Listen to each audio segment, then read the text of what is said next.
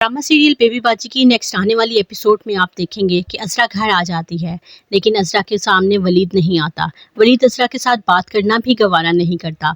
अज़रा वलीद के पास जाती है और कहती है कि वलीद मुझे माफ़ कर दो, लेकिन वलीद अज़रा के साथ बात भी नहीं करना चाहता। वो कहता है कि भाभी आप भाई की बीवी हैं, वो आपको माफ़ कर सकते हैं, लेकिन मैं आपको माफ़ नहीं कर सकता।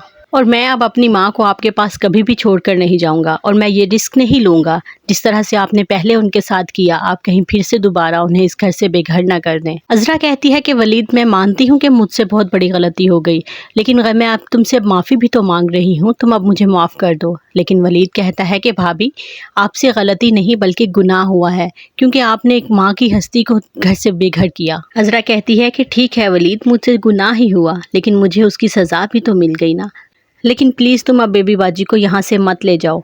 लेकिन वलीद नहीं मानता।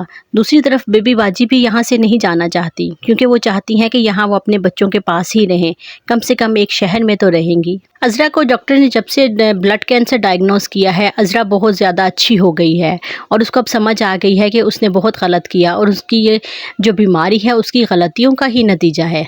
व्यूअर्स, दूसरी तरफ आप देखेंगे कि नसीर एक बार फिर अस्मा के पास आता है और कहता है कि अस्मा मुझसे बहुत बड़ी गलती हो गई, तुम मुझे माफ़ कर दो।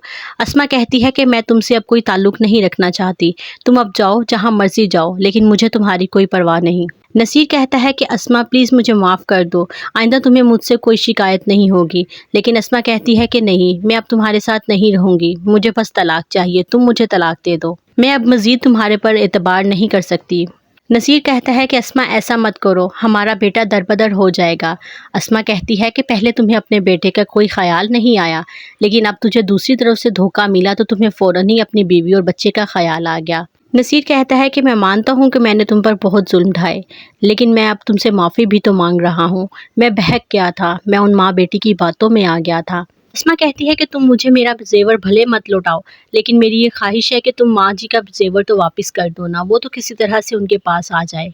दूसरी तरफ आप देखेंगे कि फरहत की दोस्त उसके पास आती है और फरहत कहती है कि मैं बहुत शर्मिंदा हूँ, मैंने अपनी सास के साथ बहुत गलत सलूक किया, लेकिन वो इतनी अच्छी औरत है ना कि उन्होंने कभी हमारे बारे में बुरा नहीं चाहा। लेकिन मैं भी तो सोचती हूँ कि मेरी भी तो तरबियत इतनी गलत नहीं थी, पता नहीं ये क्यों अज़रा भाभी की नफ़रतें देख देख कर मैं भी इस तरह की क्यों हो गई। मैं बहुत शर्मिंदगी महसूस कर रही हूँ। बस अब मैं चाहती हूँ कि मैं अपनी सास से माफ़ी मांग कर उन्हें अपने घर ले आऊँ और मैं ही उनके साथ रहूँ। उसकी दोस्त कहती है कि रहने दो, वो अब तुमसे दूर है तो तुम दूर ही रहने दो, कम से कम सुकून में तो बैठी हो ना। फरहत कहती है कि नहीं, मुझे अब अपनी गलती का एहसास हो गया है।